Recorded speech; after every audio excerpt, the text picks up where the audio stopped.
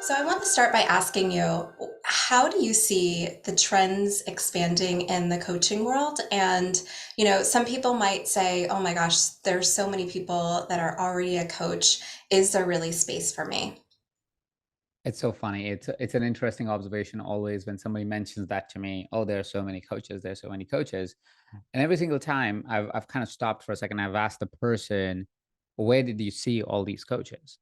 And they would go, "Well, I see all these coaches because went to this event and there were so many coaches." I was like, "Okay, what was the event for?" Well, the event was a personal development event, or the event was a coaching event. I was like, "So you went to a concentrated area where, of course, all the coaches hang out, and you saw a lot of coaches, and you believe that's the state of the world."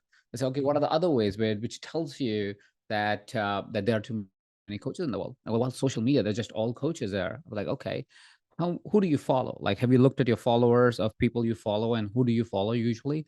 Like, yeah, because I am a coach. Of course, I follow a lot of coaches. I was like, well, then if you're following a lot of coaches because you want to learn, right? You want to grow yourself, you want to educate yourself, Instagram or Facebook or TikTok, whatever software, whatever social media network you use, goes, oh, this person is interested in, guess what? Coaching and coaches. So let me show this person more of what? Coaches and coaching. So no, there are not too many coaches in the world. You are living in what is called the spotlight effect. Mm. Spotlight effect is where we think the world is literally just looking at us at all times.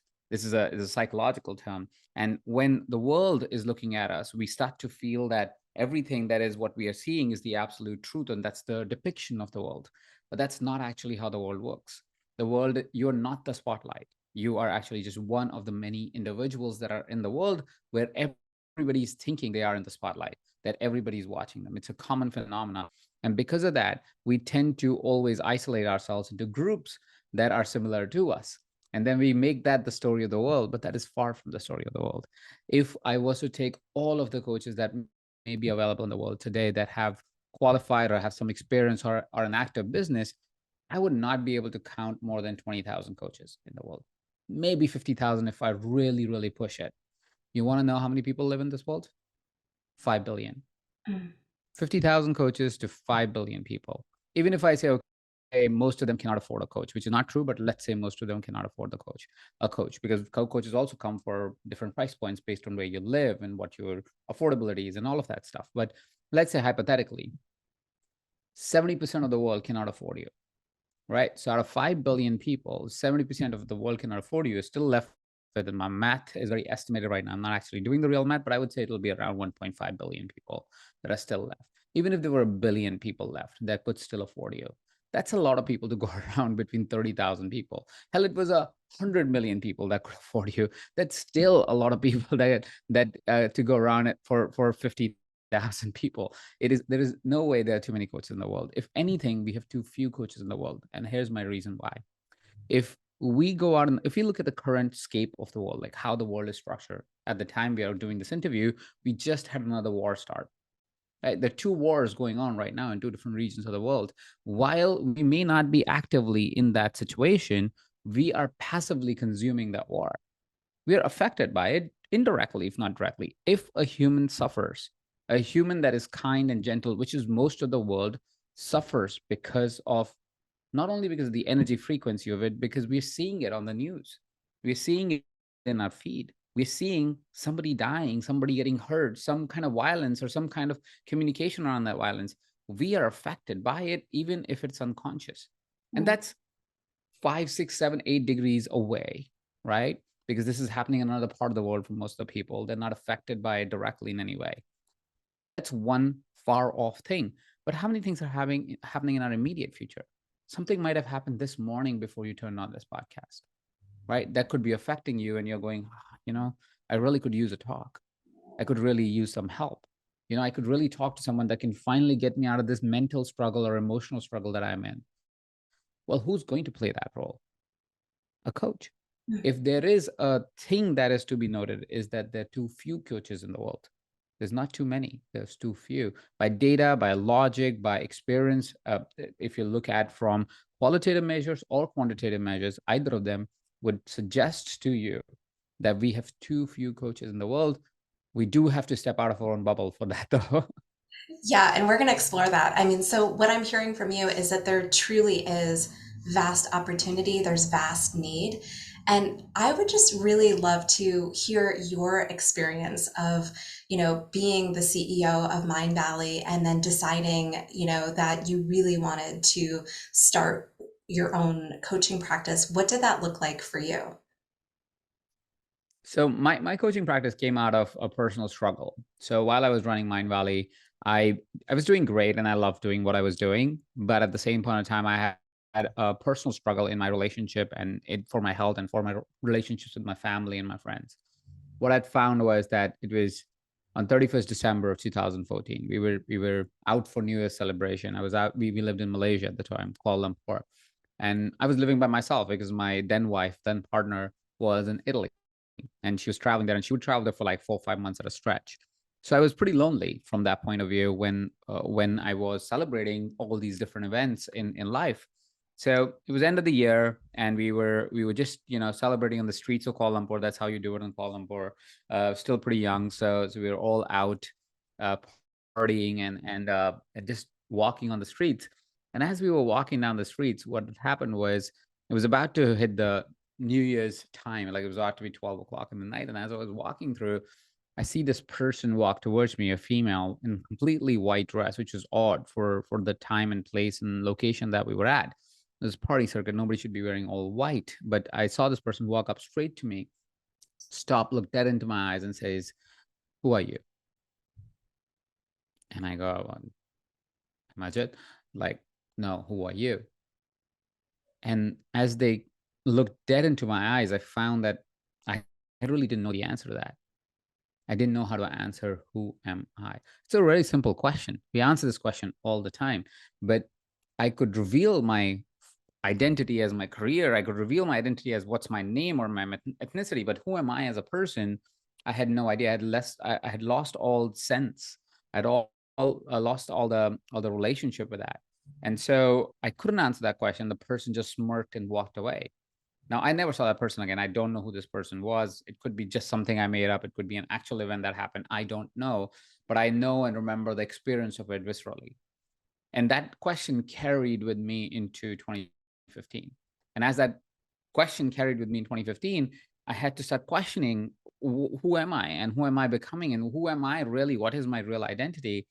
And and because I couldn't answer that question, I knew this was time for me to go on a journey, on a personal journey of discovering who am I. Mm. And in that journey, I quit being CEO. I resigned from the job, and I also stopped all of the other. I ended my relationship. I restarted my relationship with my parents. I restarted my relationship with my friends that I wanted to really be with, who I feel are my lifetime buddies. And I also then decided that I need to go out and try something different. And one thing that had always been important to me through my life were my coaches, people who were helping me in different stages of my life by the kindness of their heart or because they I was paying them, either of the ways. And so I said, well, the community that I've seen consistently help people elevate, but kind of always be broke in a way, were coaches. So I was like, I can help that because I've helped build Mindvalley. Like they were already doing 40 million a year at that time. So I definitely helped build a company that at that point was unbelievable, that a company that in personal growth and meditation would do those kind of revenues. We literally brought Mindvalley to existence. And that because when I joined Mindvalley, it was a small operation of a few million and a few different websites. You didn't see Mindvalley, you just saw those websites. I literally started that journey of Mindvalley. And then so I said, okay, so I know some things. I don't know if I'm best at it, but I'm definitely good at it. So maybe I should do that, just do this. So I'm not also just sitting around trying to find who I am, but discovering actively. And that started me as a coach. And that's where I began as my first thing, which is as a business coach.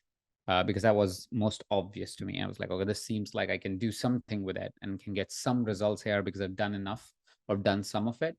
So I got a head start there. I started moving in that direction. And that's how I started as a coach. And that was also the time around which we said, why don't we start this thing called EverCoach? Amazing. Okay. So I want to talk about your journey as a coach, but I want to back up a little bit because, from the outside looking in, you are somebody who it seems like everything that you touch turns into a massive success. And I know you grew up in India. I'd love to hear more about like that trajectory. Was it coaching? Like, what do you attribute your success to? It's very interesting.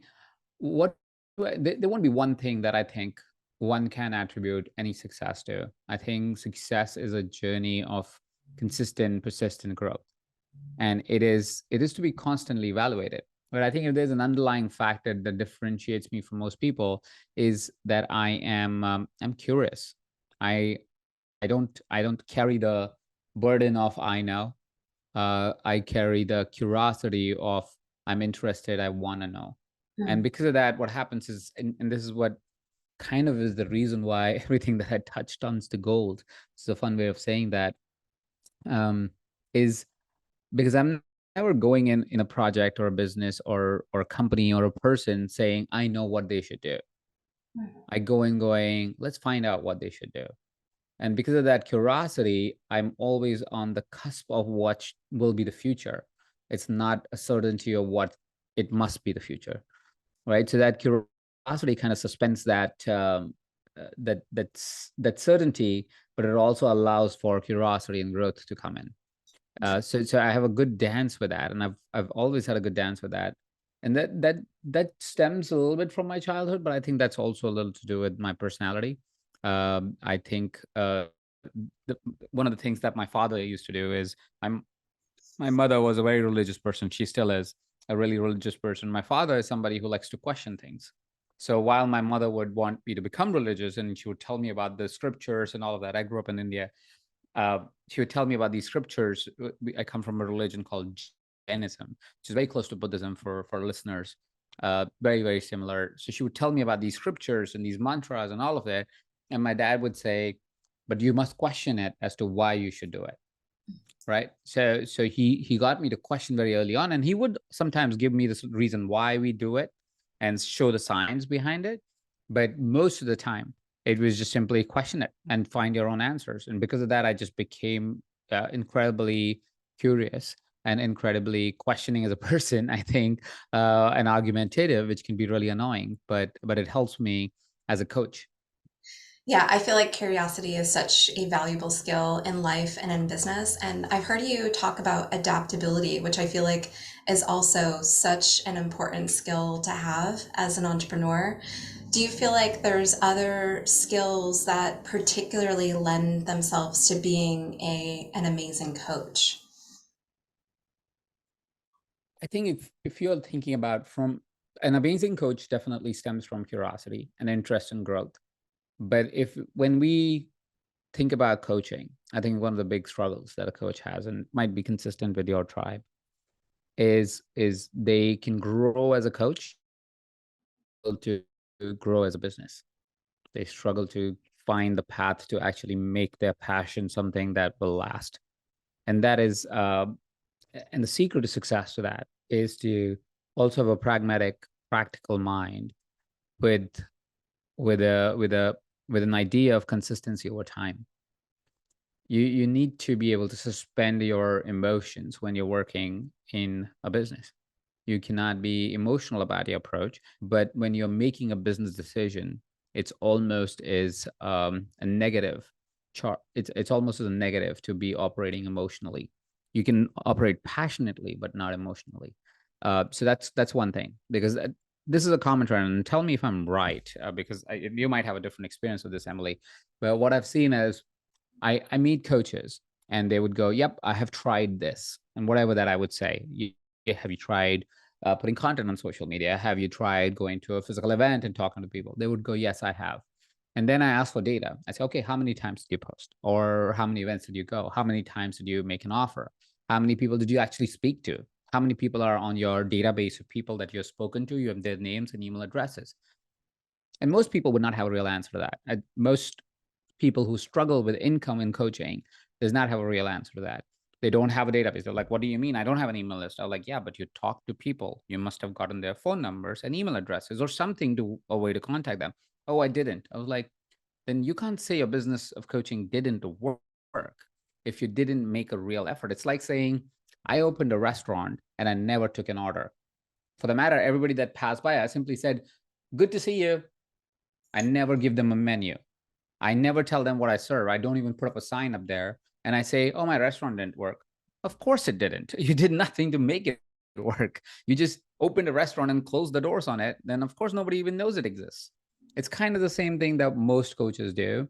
And they blame it on there are too many coaches in the world, or they blame it on, oh, I can't find success, or people don't pay for coaching, or whatever is the reasoning that a person comes up with. One of the easiest businesses to make successful is actually coaching, if you do the work. It does require your personal effort where you have to go out in the world and talk to people. That's such a great point. I've heard so many people, it's like I put out that one email with my offer and no response. And, it's the perception of, oh, that was a rejection and not, necessarily putting in the consistency over time. People need to see you showing up. Consistency over time in the same thing that you're doing. Not even like, you can say I ran an email campaign and then I ran a social campaign. They're two completely different data sets. They have no overlap. The same person is not even hearing your message. Mm. So it is consistency over time in the same media channel, the same direction, in the same thing, at least for 6 months straight. Let me tell you a little story of one of my students. So one of my students had started the coaching business a year, struggled through it, right? Same story. I'm trying this, I've tried this, everything that I would put out at her, she'd go, yep, I've tried it. Yep, I've tried it. And the moment I would ask for data, she'd like, well, that was a long time ago. So I said, okay, you know what? I'm going to ask you to do something on my whim. Like, I'm saying, you do it for next 6 weeks. And if you don't become successful, I'm going to refund you all the money that you've paid me until now. Right? Good deal. She's like, absolutely, great deal. So we picked one way of approaching clients. And I said, every single day, all you have to do is call 20 people this way. Right? So, or if you can't do every day in a week, you must book all 100 people. Right? Now, by calling, it was an actual phone call. It was actually going to a particular set of events that this person was easy access into. And all they had to do was 100 people. You have to, and the way to prove it is you have 100 names and email addresses for me at the end of the week. First realization we had is that cannot happen. That's too many for her, which I was like, that's fine. Let's do 50. So now she could do 50 because she had already decommitted from 100. She felt 50 is doable. So now she did 50. Great. 50 people, 50 people, 50 people. By the third week, she had 5 or 6 people already interested in talking to her as an enrollment conversation. And the fourth week, she had her client. So it only took about a month for her to prove that everything that she had done before was, for a year, keep a quantitative data set to tell her that she was moving in a direction. And this happens again and again. And anybody that is listening to the call can literally try this. 4 weeks, that's all you need. 4 weeks, if you do consistent effort, I'm telling you 100% of us will probably question and stop doing it in week 2. And that's why the business doesn't work. If Mm. you do it for 4 weeks, it will work. What I'm hearing from you are commitment and intention are the game changer. Those are such key ingredients. I love that so much. What about, people that maybe feel like there's a desperate energy around, oh, I've got to get the client. I'm like DMing people. How do you avoid that? So what is desperate energy? Can I ask that as a question to you? Explain a little bit more. What do we call a desperate energy? I would say from a place of lack, from a Mm-hmm. place of needing something as opposed to a place of expansion and Yeah. attracting and But why would somebody have a place of desperation or place of needing something? I'm perhaps. curious about the question. Yeah, so perhaps it's from finances or like a perception of success. Yes, and so if you're approaching someone, like so I'm trying to really understand, where would a person get to a place where they would label their energy as desperate?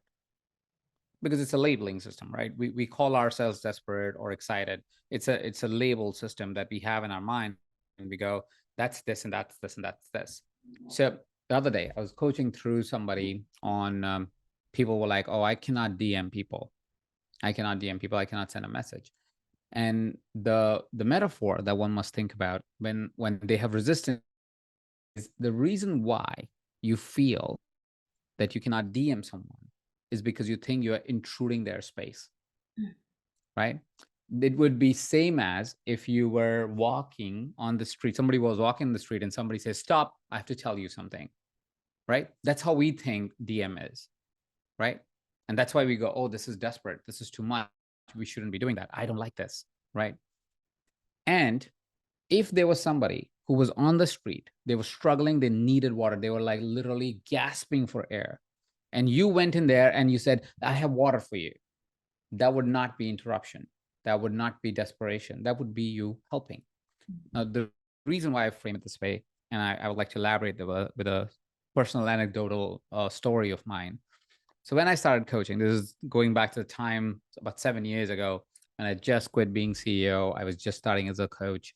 And of course, like anybody, when you start coaching, you start following a bunch of people. You go, okay, these are different people who are leaders in the industry. I should learn the tricks of the trade. I should learn all these different things.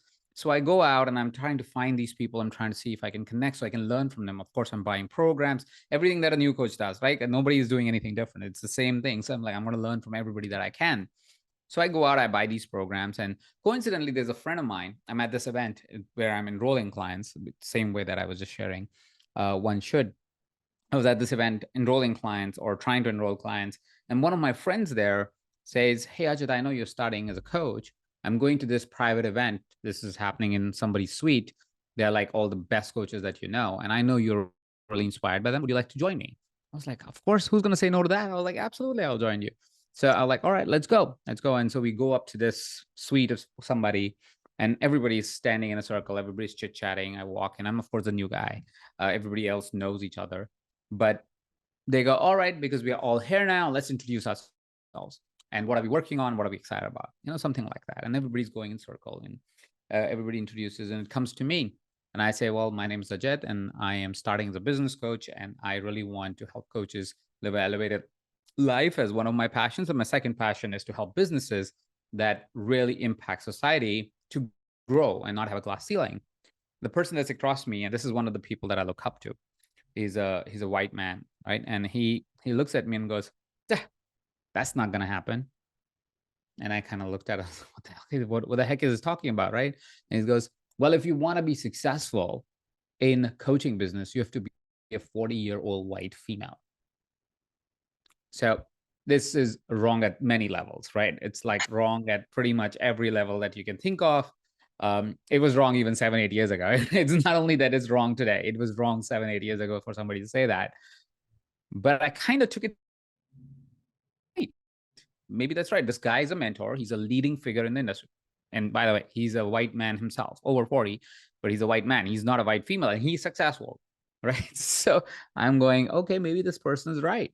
Maybe like my skin color does matter, and I cannot be successful. And so I took that and I stopped for a hot second. I actually didn't, I pondered on that. And I said, maybe I'm making a wrong career choice. I should be choosing a different career. And so I stopped taking action until one day I went, I can either believe this person or I can show him that he's wrong, or I can tell him to watch this space. Now, I'm glad I took the second decision. Of course, that's what has got us here on this podcast today. All right. Because at that point, I said, I'm not going to believe what the world tells me to be true. I'm going to change the standards. I'm going to set a new standard. It got me to take action that otherwise I wouldn't have taken. Right. And because I changed the standards today, often I would get messages from not just from brown people. I come from India, not just from Indians, but I get messages from Latinos. I get lessons from Arabic individuals. I get messages from different European countries. I get messages from African countries saying, thank you. Because when we saw you, we finally believed we are also invited to this party. Yes. We also believed we can be a successful coach. Right. And I'm so glad that I did that because that set a different narrative. Why do I tell you this story? Tell you the story because that's the same choice you have. You can go and spam people on LinkedIn or Instagram or whatever DM messaging platform you want to use. Or you can say, I'm going to change the standard. I'm going to set a different standard.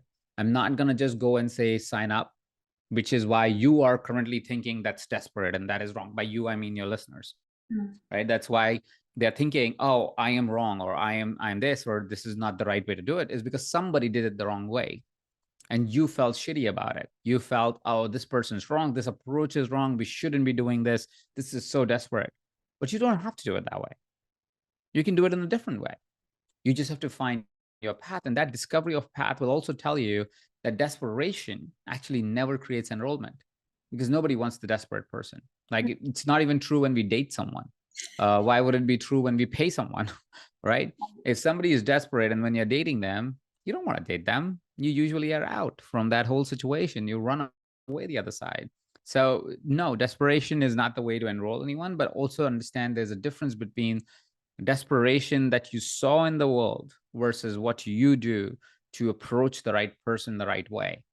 You're not desperate. You are in service because you're set up that way. But yes, you'll have to find a model. Yes, extra. You'll have to run from the right trainers. You'll have to take the right actions. All of that is true, yes. But at the same point in time, you don't have to think if the world has set a standard, that's your standard. You can set a new standard. I love that story. It's so inspiring. And what I'm receiving from that story is really making your why your focal point, having that drive you every day. Because if your why is bigger than the things that are maybe inconvenient, you'll do them, and you'll find your own way of doing them that works for you. Yeah, so true. I want to go back to your experience in Mindvalley. You were such a young CEO growing a massive company. And I imagine that maybe balance wasn't at the forefront. I mean, I can imagine just like well, it is, mindfulness company in general, but I just imagine the amount of work and hours and things like that. Like over time, do you feel like balance has become more of a priority for you, or do you feel like that's always been something that you've naturally excelled at? I think the question to really ask is, where are we right now in our life? There are points in our life where, because we don't actually define things, they get defined for us. So when we don't define what is balance for us, balance gets defined for us, right? So if you look at general frame of society and how we define balance, is like, oh, equal hours of work, equal hours of play, right? Equal hours of everything, right? That's what a balanced or perfectly balanced life looks like. But and that's the society standard for it. But always know that the society standard is actually not even set to average. It's set to below average. And there's a reason for that, because we are inclusive as people. That's how it should be. I'm not saying that's a wrong thing to do. Somebody's intelligence or drive level is, and there's nothing wrong with having different intelligence and drive levels. We are all human beings, very, very individualized, very, very personalized, and we are very, very unique as who we are. So of course we have different standards and different ways of looking at things. But that's kind of, you need to understand that society always defines average that is not even the average, a little bit below average. And that's kind of the average for society. And if you fall for that, you're going to stay below average, right? Because you're following a trend that is defined to include as many people as possible, include as many societies as possible. So it is not defined for you, first of all. And secondly, it's definitely not defined for somebody that wants to be above average, wants to be extraordinary, wants to be different, and wants to fully realize themselves. It is defined for people who don't want to make the effort to realize themselves. And that's okay. That's the job of society. That's the job of standards set by society. But we are different, clearly. That's why we are on this podcast. We are different, clearly. That's why we have chosen a career like coaching or anything that is personal growth related. You're different, right? So don't set your standard based on the standard of society. Set your own new standard. So how does one do that? Is to ask yourself the question on, what is balance for me? And balance is different at different stages of career and different stages of life. For example, when I was starting out, I was somebody I was in my late 20s, early 30s is when I was CEO, I was 31 years old, right? So I was very young in the context of life. And my standard to me at that time, because of also my upbringing, I grew up in a household of 23 people. I grew up very not abundant, if you may call it that. Lower middle class is how my family used to call ourselves, because we wanted the term middle class in it. So we felt like we were a little bit better, but we were not. We were sharing space all the time, and we were not very abundant or whatever. But because of those, we said, okay, that's all right, that's where we are, but let's break that standard. That was my first journey, right? So at 29, I was able to buy a house for my family and move them out of the house, like the house where everybody else lived. So that was my drive. And so balance for me looked like a lot of skill building, a lot of grid building, a lot of learning of ideas and how things work and what things don't work, and so on and so forth, right? So there's a stage in your life where you're skill building. And when you're skill building, it may look like you're working all the time, but you're not, right? And that is the case with a lot of coaches, by the way. The coaches who say, I work 12-hour days, there's not enough work to go around for you to work 12-hour days. It's just not. It's just not. Let's get very real. Maybe half of that time you're skill building. By skill building, it means you decided, I'm going to make my own website. So you're learning how to make a website. That's a skill build. Now, is it worth it or not is a secondary question, but you're really skill building. If you've never coached anyone, you're testing out your coaching, right? If you're taking a program, you're skill building, right? You're not actually doing the work. So nobody really works 12-hour days. First of all, very few people actually do. And the kind of work you can do for 12-hour days is usually not intellectual. It's usually something that's a grind. It's like cleaning a house, or if you are working for a restaurant, like these are grind works. You're not using your mind so much, you're using your body. Your body can work for 12-hour days. It's absolutely capable of it.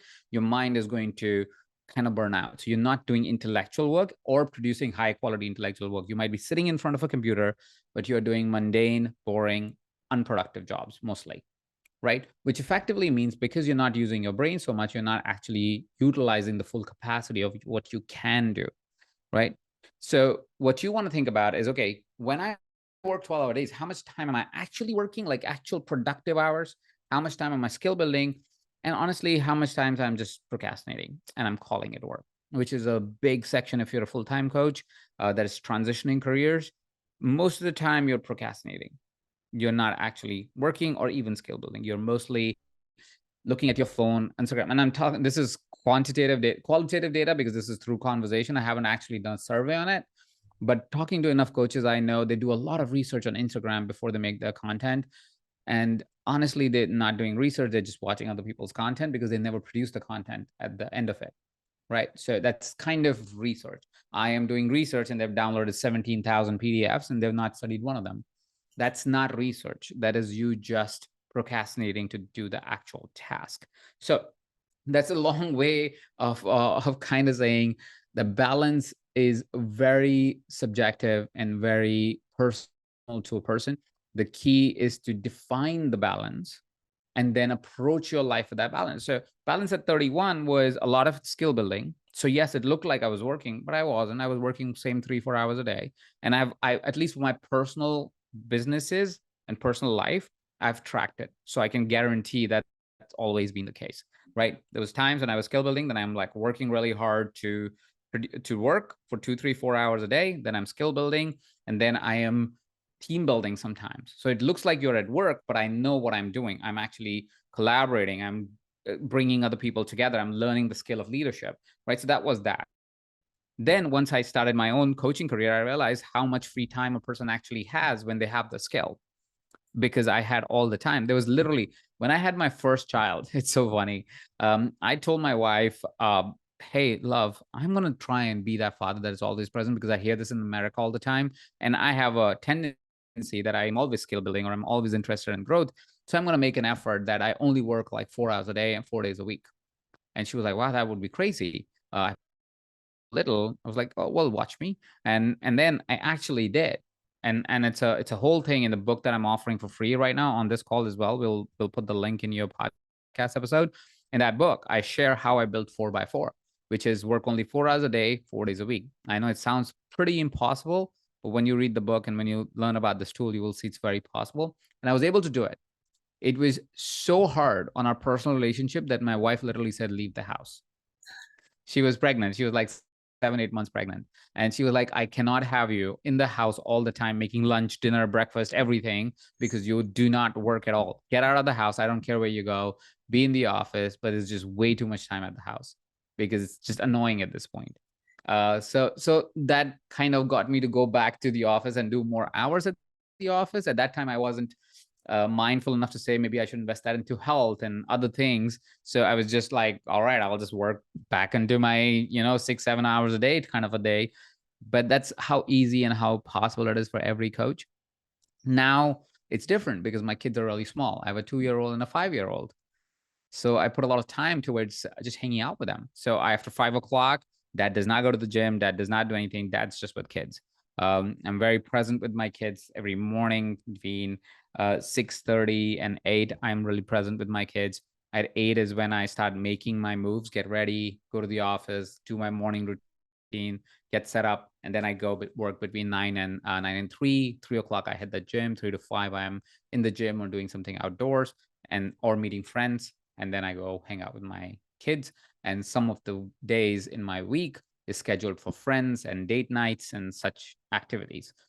So it's basically everything is set up in a way where I know that at the end of the night or end of the day, I sleep fulfilled Mm. because I've designed it to have all the elements that are important to me. And that's balance for me today.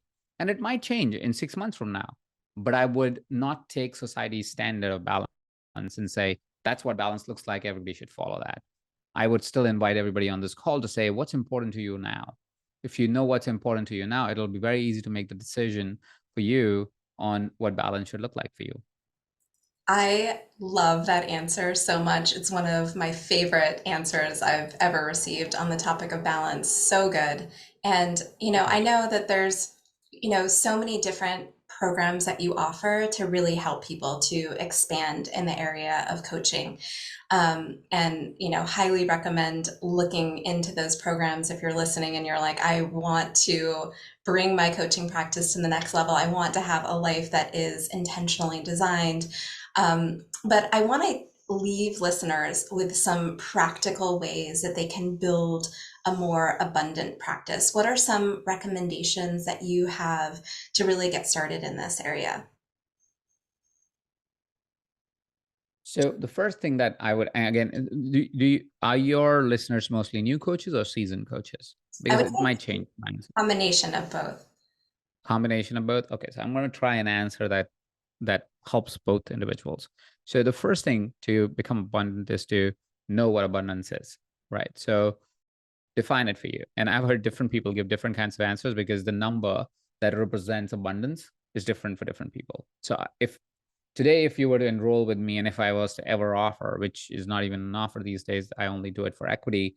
But if I was to ever coach someone, 1 year working with me costs you $150,000, sometimes $200,000 if you're doing more than one call every 2 or 3 weeks, right? So it's abundance for me, of course, sounds very different. I'm doing this call from British Virgin Islands, where a person literally owns one of the 5 houses on the island, right? So abundance looks different for me, but that doesn't mean that abundance looks exactly the same for you. And you shouldn't desire that either. You should desire what you need to desire. So that's the first thing to answer is what's abundance for me.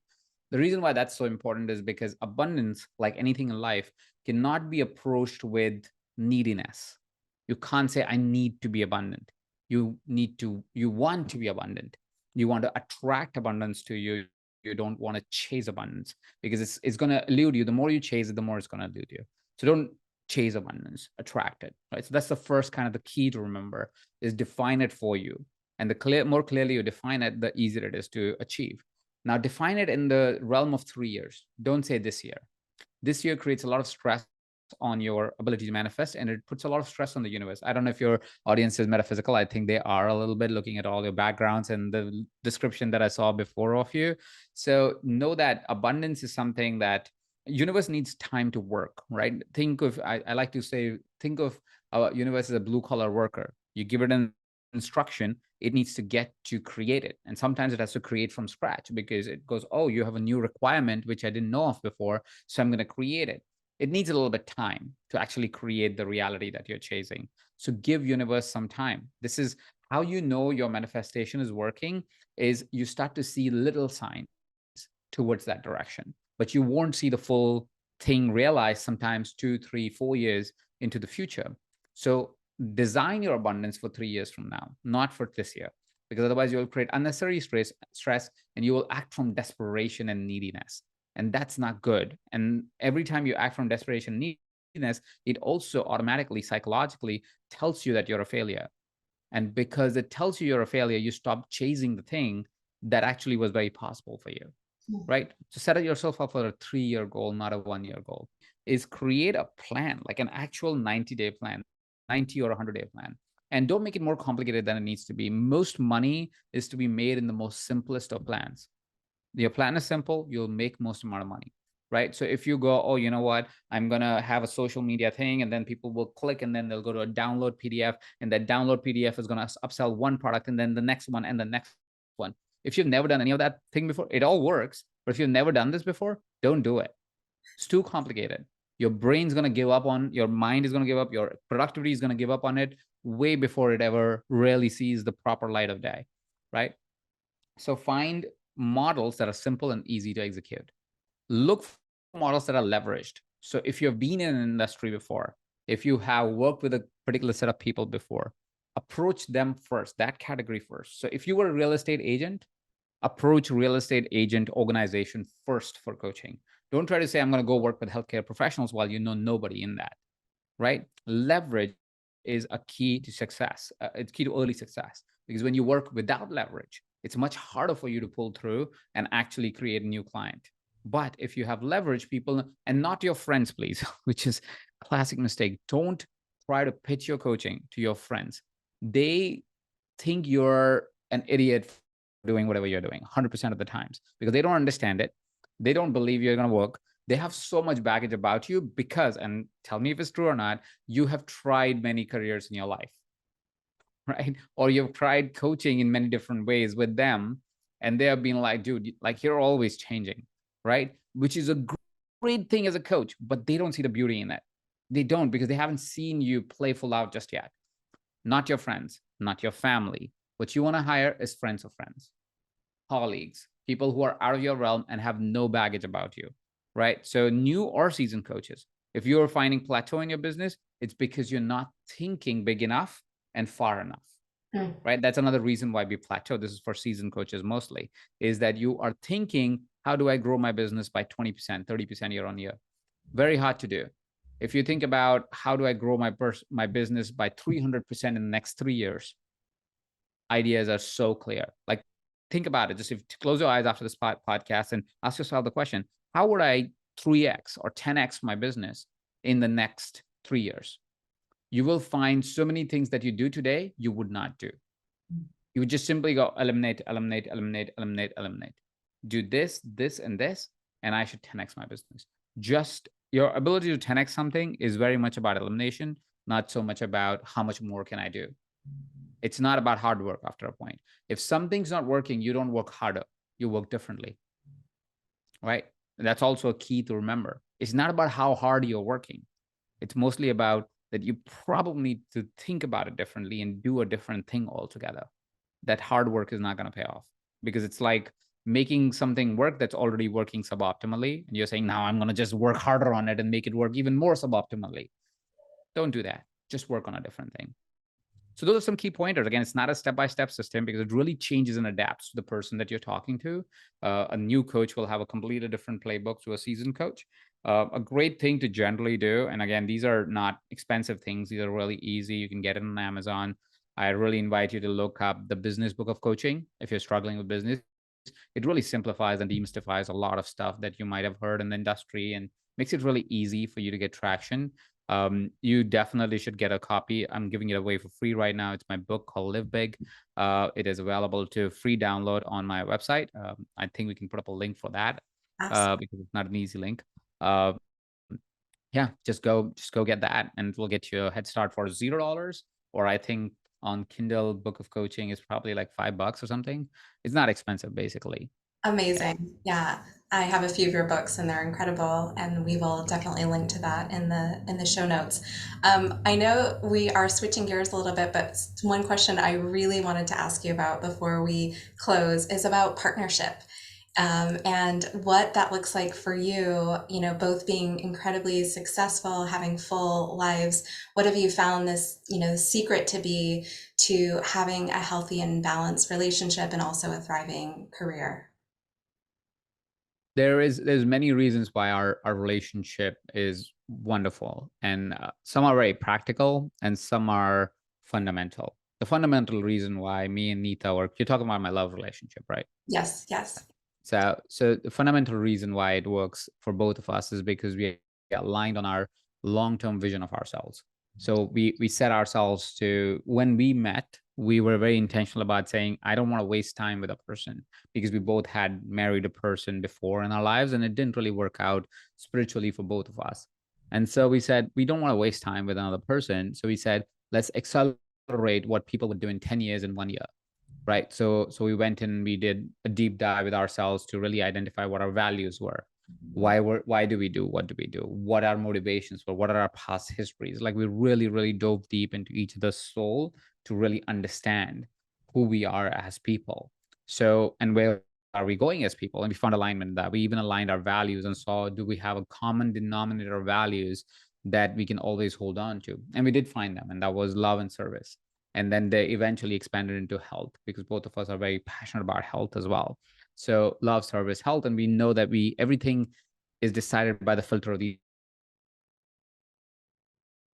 even when we have rifts and cracks in our relationship and concerns in our relationship, it's always easy for us to go back into the same container and go, what's really important to us? This. What is our common vision? This. So let's find a way to rebuild this to fit into the same mold, so we know, so we can realign. So it's, of course, like any relationship, we have cracks and situations and things that we don't like of each other. And like all the things that happen in any relationship. We have 7 years in a relationship now, so of course it's been a hot minute. Plus we work together and we play together and we travel together and we have 2 kids and all of that stuff. We've moved to different cities since we've been together and had kids, so which has been in the last 5 years, and built completely different lives. So we have done a lot, which of course means that she's written a published book, I'm working on my published book, and so on and so forth. So it's like a lot that has happened. And because of those foundational values, we can always come back home and go, okay, let's find a path together that works, right? So it's constant evaluation. What is practical things that absolutely helps is we know exactly what each other's needs are, and we try to fulfill them every week. So every week we have at least one date night. There could be more, but one has to happen, right? And it's usually every Thursday night, because that tends to be the day that we are both available in the evenings, where we're not meeting friends and so forth. And we've defined what are certain activities that I like, certain activities that she loves, and we found the overlapping ones, and we have found some that we do for each other, right? The overlapping ones are the easiest ones, where we go, okay, we both love this, so we'll just do this today, right? Worse, and sometimes, and one of us would take turns. So 1 month is mine, another month is her, to schedule and make sure that we have something interesting happening on date nights. It's not just, okay, let's go to a restaurant and eat food and talk. It's not that. It can happen once in every month or something, but otherwise it needs to be one of the other things. And if it's her turn, she would look at my list and go, I like to do that. Basically what is important to me. So she's doing it in my service. And then when it's my month, I'm doing it in her service. So I would, even if I don't like doing that, so I would go, okay, let's do that. Right. So she would do the same and I would do the same. So that makes us also always act at least once every week in a place of service. So that's a practical thing to do. Another practical thing to do is absolutely every morning we must touch. Because both of us love touch. And by touch, it doesn't mean inappropriate touch. That also happens, of course, but I'm talking about touch that is like a long hug for like 10 seconds, 20 seconds, 30 seconds. It's not really long, but it's long enough. All right. So 20, 30 seconds of hug during the day, making sure we touch each other in one way or another. We speak to each other, give each other some quality time during lunchtime or during the evening time when the kids are around and so forth, but always making it a point that we are giving attention to each other so we can calibrate together. One of the great tools is when you come back home, instead of going right into the conversation, hug each other, like recalibrate the energy. And then from there, we start talking. Right. Sorry about that. But that kind of how that works. And so it's tools like that we use throughout pretty much on a daily basis. We also do quarterly meetings, which is basically quarterly vision setting, making sure that we are aligned, that in our personal visions and our business visions and our life visions, our parenting visions, we just recalibrate each other to make sure that we are on the same page, that we're not like going in two different directions, because that's when you fight a lot more. So there are many practices like that we have on a daily basis, on a monthly basis, on a quarterly basis, on a weekly basis, to make sure that we are always in sync. And that keeps you driven. We also make very conscious effort to be attractive to each other. So I work on my body and my physical being, my emotional being, my mental being, and she does the same. So we are always, it's almost like, wow, I'm dating this guy or this gal, which is incredibly attractive to me. Also from a pheromones approach, which is very biological, very physical, but like you're like, no, I'm attracted to this person, that I want to be with this person, I want to sleep with this person, really. And that's kind of how you make it happen. It's effort. You have to put effort towards it. Yes. That's so beautiful. I love that. You've given so many tips. It's so beautiful for anybody listening that is looking to cultivate that, divine union and partnership. So much on the relationship side, so much on the business side. This conversation has been incredibly inspiring for me personally, and I know for listeners as well. So I just want to thank you so much, honor you for your time and for showing up today. Any last words of wisdom that you'd like to leave listeners with today? Well, if you're coaches, I invite you to remember that your work is really important in society. It sometimes does feel like disheartening. It feels like, oh, nobody cares and you're not getting the attention or you're not getting the clients and so forth. But it's just the early grind. Once you get through this phase, on the other side, you will see how gratifying this career is. It's one of the most beautiful things I've done in my life. And I invite you to keep pursuing it so you get to experience what I get to experience.